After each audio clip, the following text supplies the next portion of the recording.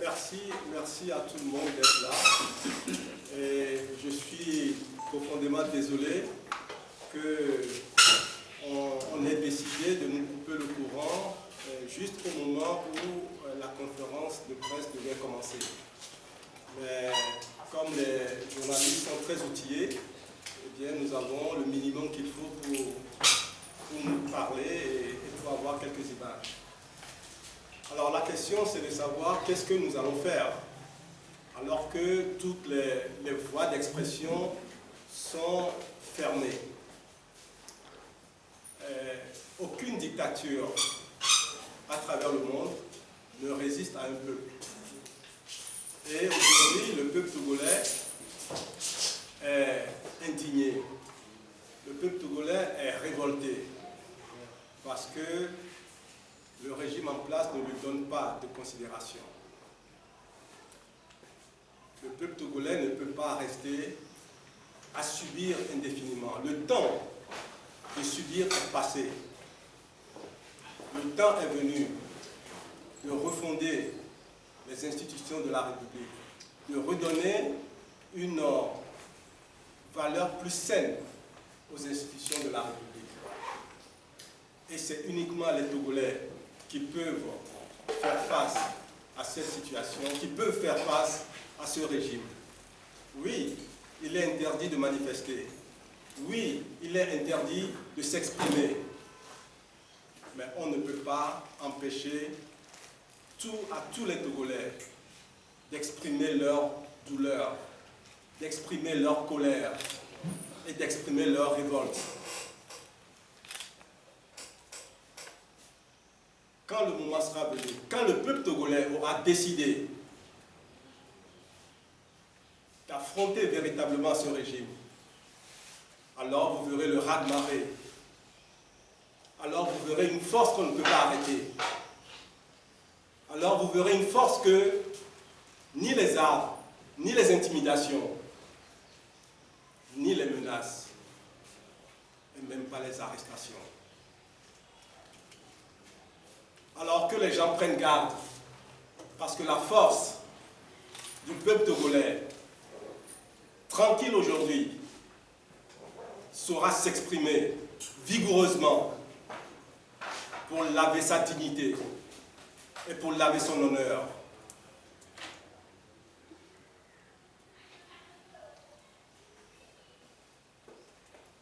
On a trop déconsidéré les Togolais. On a trop piétiné les Togolais pendant des décennies, jusqu'à ce jour. C'est un régime à qui on a tout permis, absolument tout. Alors aujourd'hui, se permettre ce à quoi personne n'avait jamais pensé. Changer une constitution sans tenir compte de l'avis des citoyens du pays. Je pense qu'aujourd'hui, tout le monde a compris que le choix qui a été porté sur M. Faure Gnassingbé il y a 19 ans était un mauvais choix. Il était supposé conduire le Togo en un mandat à la démocratie. Ça n'a pas été fait. Bien au contraire, le seul objectif qui est poursuivi aujourd'hui, c'est la confiscation du pouvoir. Non, non et non. Nous ne laisserons pas faire. Les Togolais ne laisseront pas faire.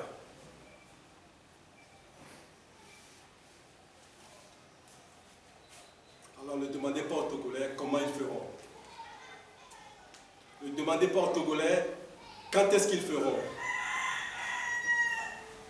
Prenez le temps de voir les Togolais défendre leur dignité. Prenez le temps de voir les Togolais dire non à la forfaiture. Et nous serons là, toujours prêts, à côté du peuple togolais, pour relever ce défi.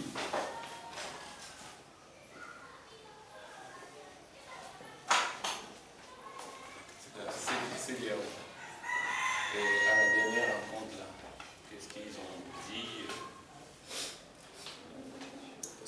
Vous avez tous vu la CEDEAO venir ici, d'abord nous dire qu'ils ne sont pas intéressés par nos problèmes de constitution. Et ensuite, ils sont venus faire une observation des élections. Eh bien, entre la CEDEAO, l'Union africaine, la francophonie, ils ont été moins de 70 personnes,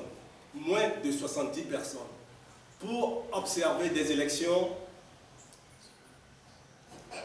sur toute l'étendue du territoire national où nous avons 14 271 bureaux de vote. 14 271 bureaux de vote.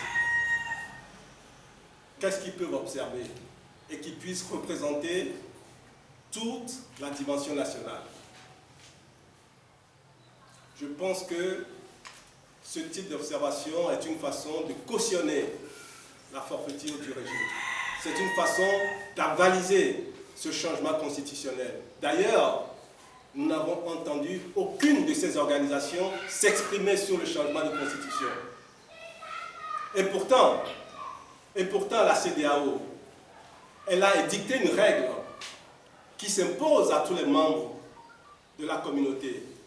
Et cette règle dit qu'on ne doit pas toucher aux textes fondamentaux d'un pays à moins de 6 mois des élections. À quoi a-t-on assisté ici au Togo? À quoi a-t-on assisté si ce n'est la violation de ce texte? Si la CEDEAO n'est pas capable de tenir l'ordre dans sa maison, dans notre maison, à quoi sert-elle? Et je rappelle ici qu'il y a 19 ans, le rôle joué par la CEDEAO contre les Togolais ne l'ont pas oublié. Ils ont accompagné le coup d'État de 2005 pour installer Faure Gnassingbé au pouvoir. Il est temps que ces organisations se réconcilient avec les Togolais. Il est temps que ces organisations, que la CEDEAO devienne la CEDEAO des peuples. Aujourd'hui, les jeunes n'attendent plus grand-chose de ces organisations. Les jeunes ne tirent aucun bénéfice de ces organisations. Depuis ces 20 dernières années, la CEDEAO n'a pris aucune décision politique au bénéfice de sa population. Tous les acquis de la CEDEAO, passeport unique, libre circulation des personnes et des biens, tout ça date des années 90. Depuis l'an 2000 à ce jour, ce qui veut dire que les jeunes de 20 ans, 30 ans se demandent à quoi sert cette organisation. Alors, qu'elle joue son rôle ou qu'elle disparaisse. Nous leur avons expliqué, quand on les a rencontrés, que notre préoccupation n'est pas qu'ils viennent observer des élections. Notre préoccupation, c'est de dire le droit et de dire à ce régime que l'on ne peut pas continuer à fonctionner impunément de cette manière. On ne peut pas être, nous, Togolais, les seuls à ne jamais goûter aux fruits de la démocratie. La seule chose que nous avons eue dans ce processus de démocratisation, ce sont les larmes, c'est la sueur et c'est le sang. Comment voulez-vous que les jeunes croient à la démocratie si elle ne s'exprime que par coup d'État? Comment voulez-vous que les jeunes croient à la démocratie si la seule chose qu'on leur offre, c'est la répression, c'est la prison ou c'est l'exil? Nous devons changer les choses dans notre pays. Nous devons refonder les institutions de notre pays. C'est ce à quoi nous nous engageons aujourd'hui, ensemble avec le peuple togolais. Nous devons nous engager dans une transition pour éviter au Togo des convulsions inutiles et douloureuses. Une transition qui nous permettra d'élaborer, de construire ensemble un nouveau contrat social. Le Togo en a besoin, les Togolais en ont besoin.